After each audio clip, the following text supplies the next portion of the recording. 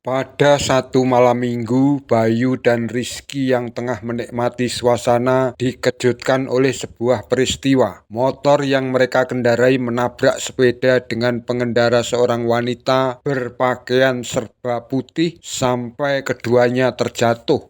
Suasana menjadi mencekam karena wanita yang mereka tabrak tiba-tiba menghilang.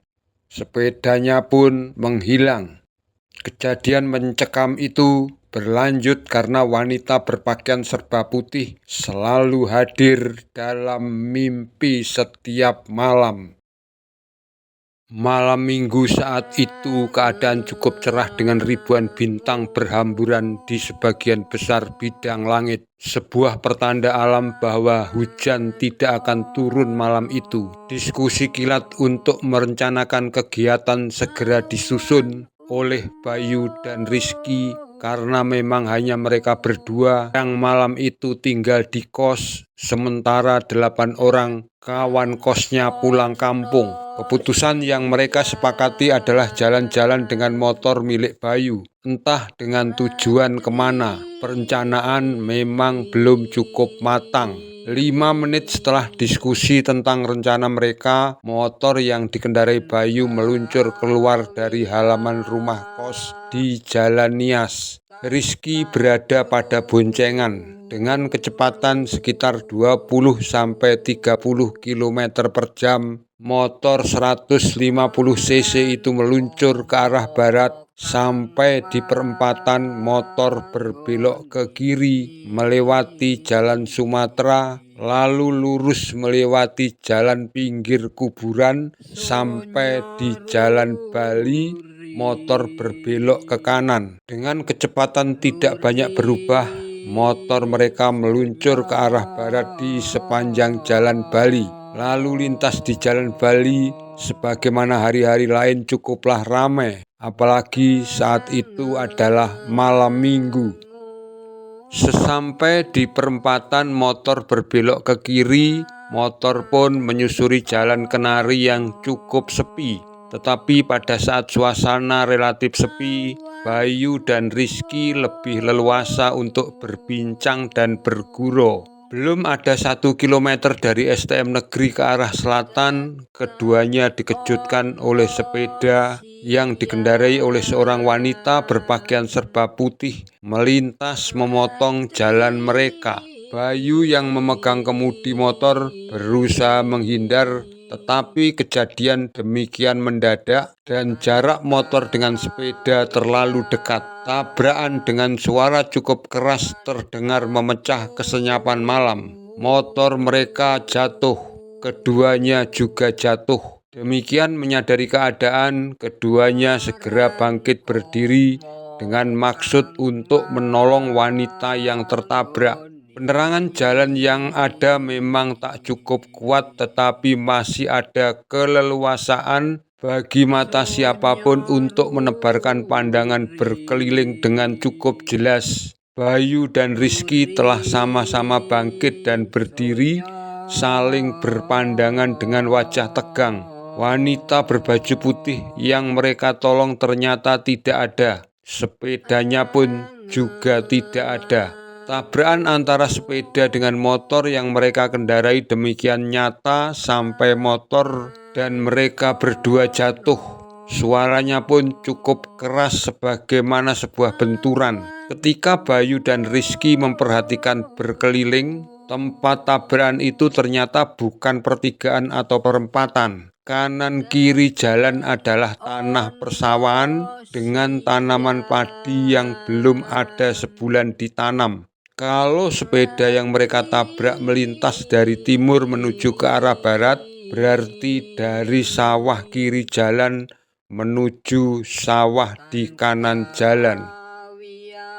Setelah beberapa saat mengamati seluruh kejanggalan yang ada, Bayu dan Rizky kembali saling berpandangan dengan raut wajah penuh keheranan. Ketakutan mulai membayang pula di wajah mereka. Ketika suasana senyap terpecahkan oleh sayup-sayup suara tawa mirip tawa kuntilanak sebagaimana yang mereka kenal dari beberapa video, tanpa merencanakan arah dan tanpa kesepakatan mereka berusaha berlari. Ya Allah, karena sama-sama gugup dan takut, keduanya bertabrakan dan kembali terjatuh. Mereka semakin gugup dan takut, apalagi suara tawa itu semakin keras dan terdengar nyata. Dengan ditemani masyarakat kampung yang tengah jaga di pos, baru Bayu dan Rizky kembali ke lokasi untuk mengambil motor yang masih pada posisi tergeletak sebagaimana ketika mereka menabrak sepeda hantu. Pada esok paginya Rizky bercerita dengan wajah tegang bahwa semalam ia bermimpi dikejar-kejar wanita dengan pakaian serba putih. Kayaknya ada kaitan dengan peristiwa tabrakan yang kita alami. Keadaan yang membuat mereka semakin tegang. Ternyata Bayu pun mengalami hal yang sama.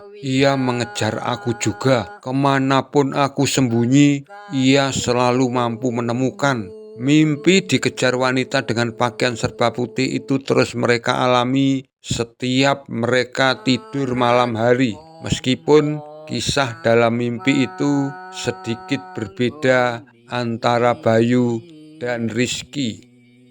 Kita harus mencari pelindung yang paham terhadap dunia supranatural, kata Bayu. Seharusnya demikian, tapi aku tak punya pandangan. Kita harus minta tolong siapa? Aku punya. Waktu di kampung tempat tinggal nenek, aku belajar ngaji pada seorang yang bersahaja. Tetapi menurut beberapa sumber, orang itu memiliki kekuatan supranatural yang tinggi. Kesepakatan mereka tetapkan. Hari Minggu berikutnya mereka pergi ke rumah Pak Man sebagaimana yang disampaikan oleh Bayu. Tanpa bertanya dan tanpa memberikan penjelasan apapun atas rangkaian peristiwa yang mereka alami, Pak Man memberikan tugas kepada Bayu dan Rizky untuk puasa selama 7 hari dan membaca Al-Fatihah pada malam harinya sebanyak yang mereka mampu.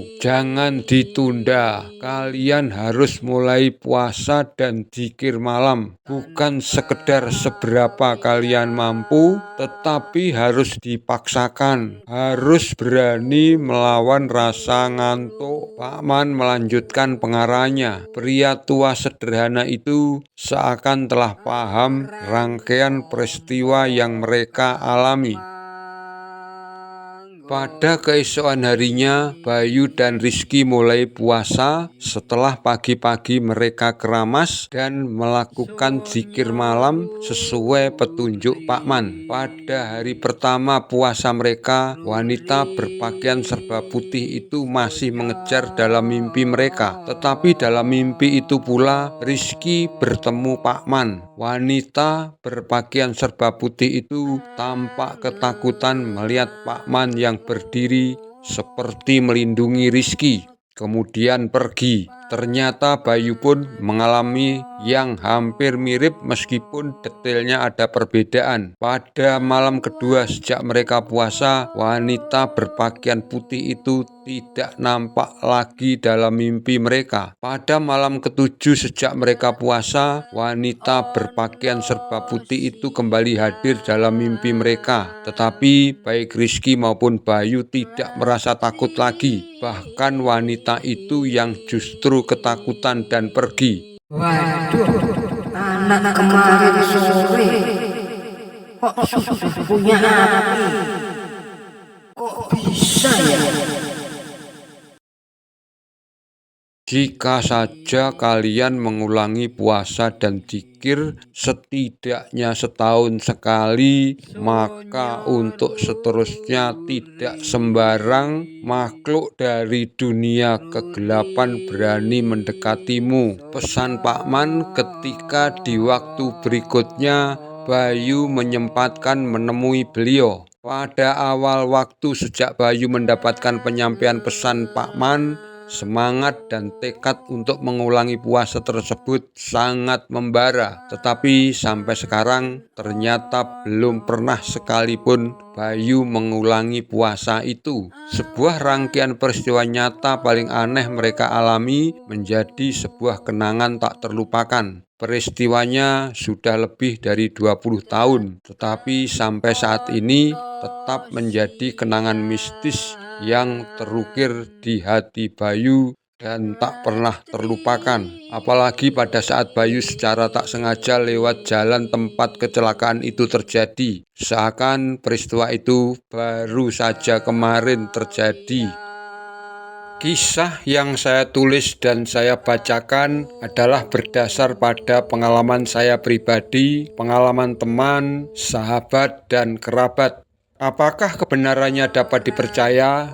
Percaya dan tidak percaya selalu terjadi pada setiap pemaparan kisah, apalagi kisah mistis. Sebuah dunia antara ada dan tiada. Sonyo Ruri. Apabila kita membayangkan tengah berada pada sebuah tempat dengan suasana sepi, sunyi, senyap, dan lengang, maka Sonyo Ruri adalah suasana yang lebih ekstrim daripada yang kita bayangkan. Sonyo Ruri, sebuah dunia mistis yang berbeda dan belum pernah kita temui. Sebuah dunia yang hanya mampu dijangkau oleh orang-orang yang memiliki ilmu sempurna.